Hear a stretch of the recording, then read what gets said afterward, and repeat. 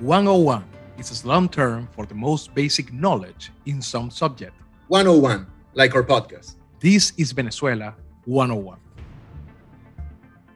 Hello, everyone. Welcome to a new episode of Venezuela 101. I am Miguel Pizarro. And I am Melanio Escobar.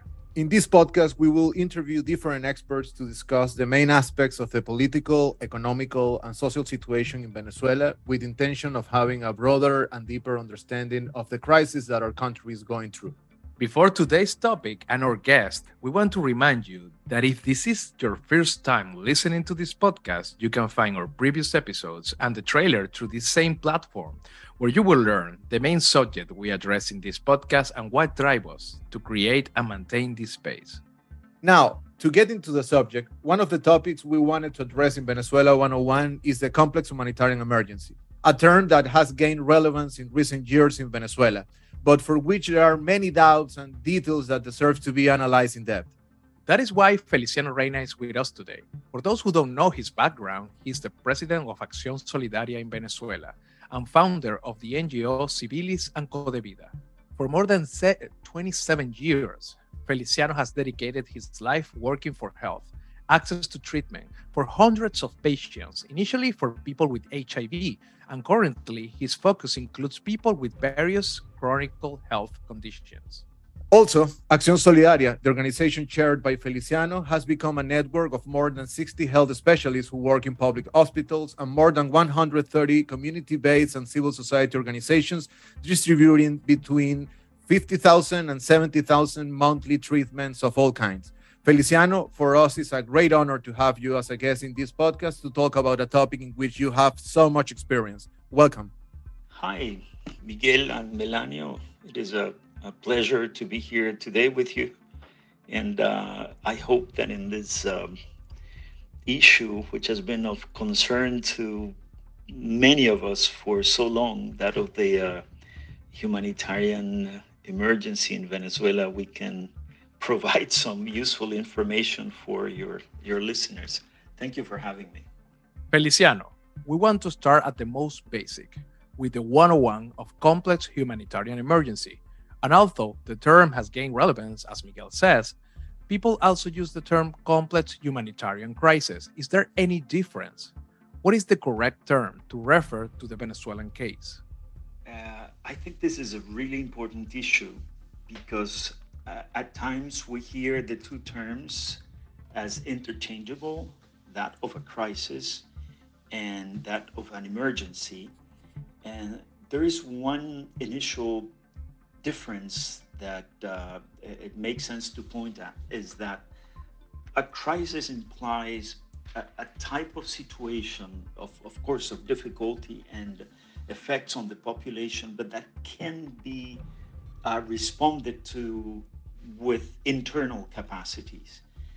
So in that sense, if one looks at the emergency, what it means is that the capacities to respond locally have been overcome, and that it is important and necessary to mobilize international resources and international capacities to join with those of the country or the region affected by the complex emergency in order to be able to respond to those needs, very critical needs of the population. It means protection for the population in regards to their rights to food, to health, to education, to access to water, and so on. So again, if it is important that we recognize that the situation in Venezuela is that of an emergency, because we do need still and have to advocate for that international cooperation that is necessary to respond, because we're facing an emergency and the lack of sufficient capacities internally to respond to those needs.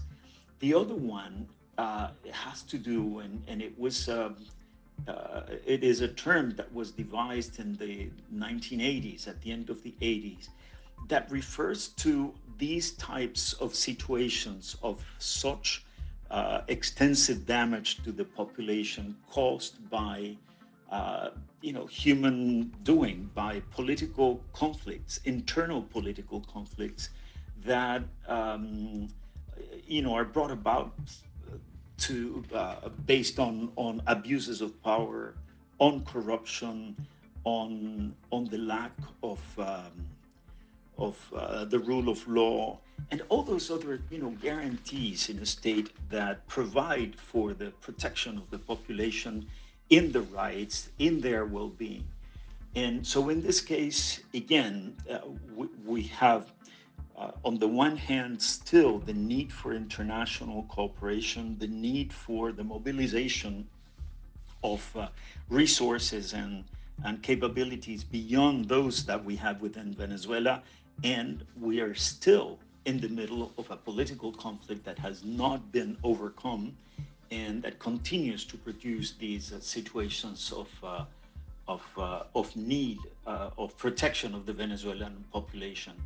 And then, the last part of this, in regards to the emergency, is that, again, these conditions have not changed. We're still seeing, a large part of the population affected in the rights to access to health, in many areas of health, in their needs to access to food, and, for example, children to have sufficient, nutritional support, and also in regards to education, and that refers to the infrastructure of education and the need, for example, for teachers to have the funding, the means to continue to doing their absolutely essential job. And also we know, of course, that the lack of access to public services, starting with water, which is so important, and then access to electricity, public transportation, still are, an enormous challenge for the country. So in this sense, certainly we are not out of the Venezuelan complex emergency and a humanitarian emergency, and we will not be probably for a while until those underlying reasons for it to have started are not solved. Now, how does Venezuela, a country with so many resources, get to a complex humanitarian emergency? And what are those factors that, in your opinion, are the main triggers of this situation? As I was saying, Miguel, it is important to overcome those factors that are in place that contribute to maintaining this situation of a complex humanitarian emergency.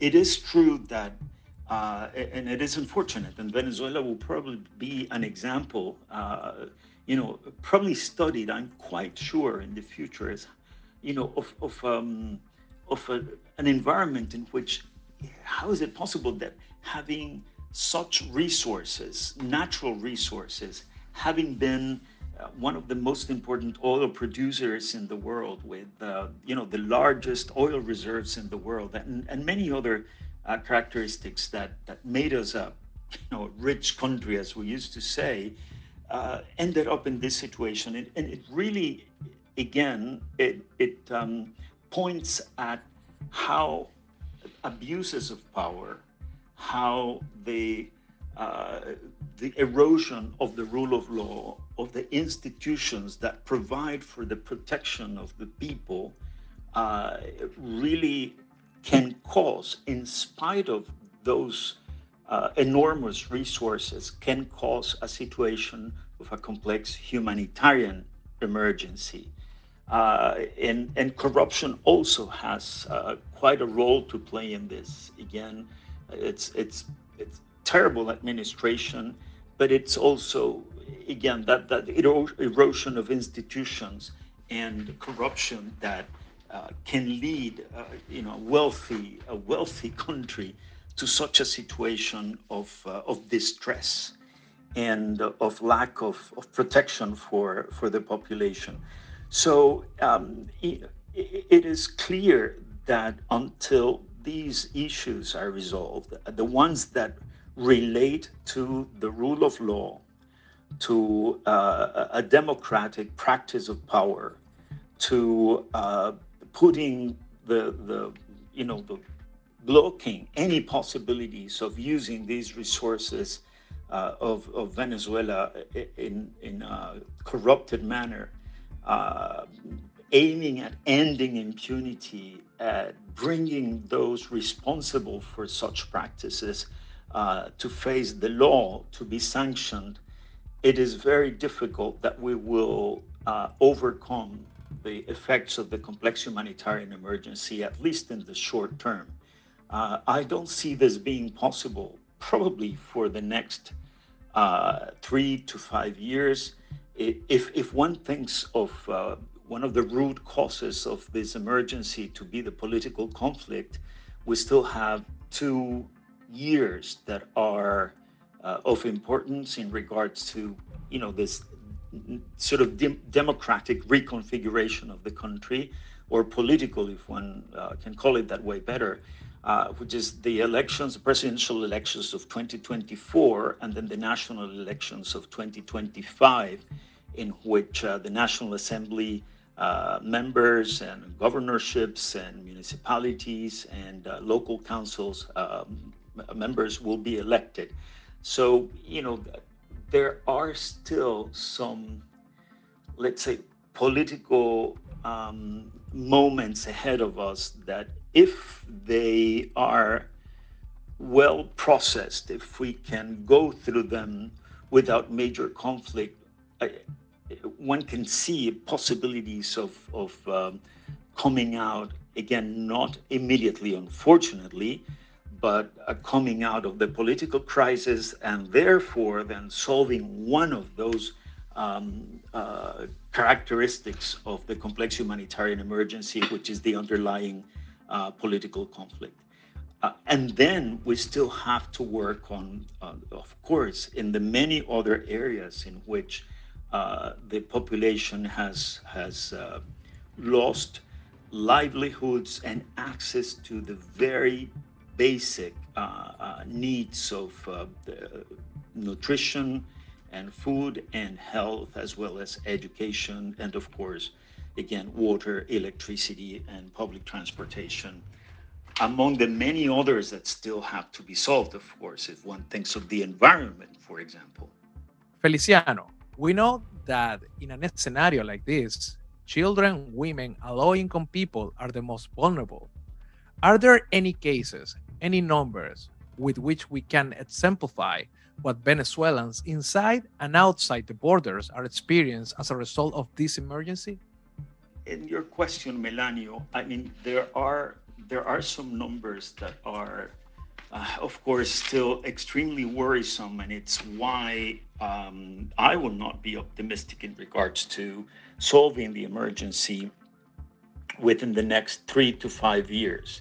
One of them is that, according to our independent evaluation of the situation on the ground, this is work that has been done by many civil society organizations on the ground, trying to gather data from the ground in 19 states.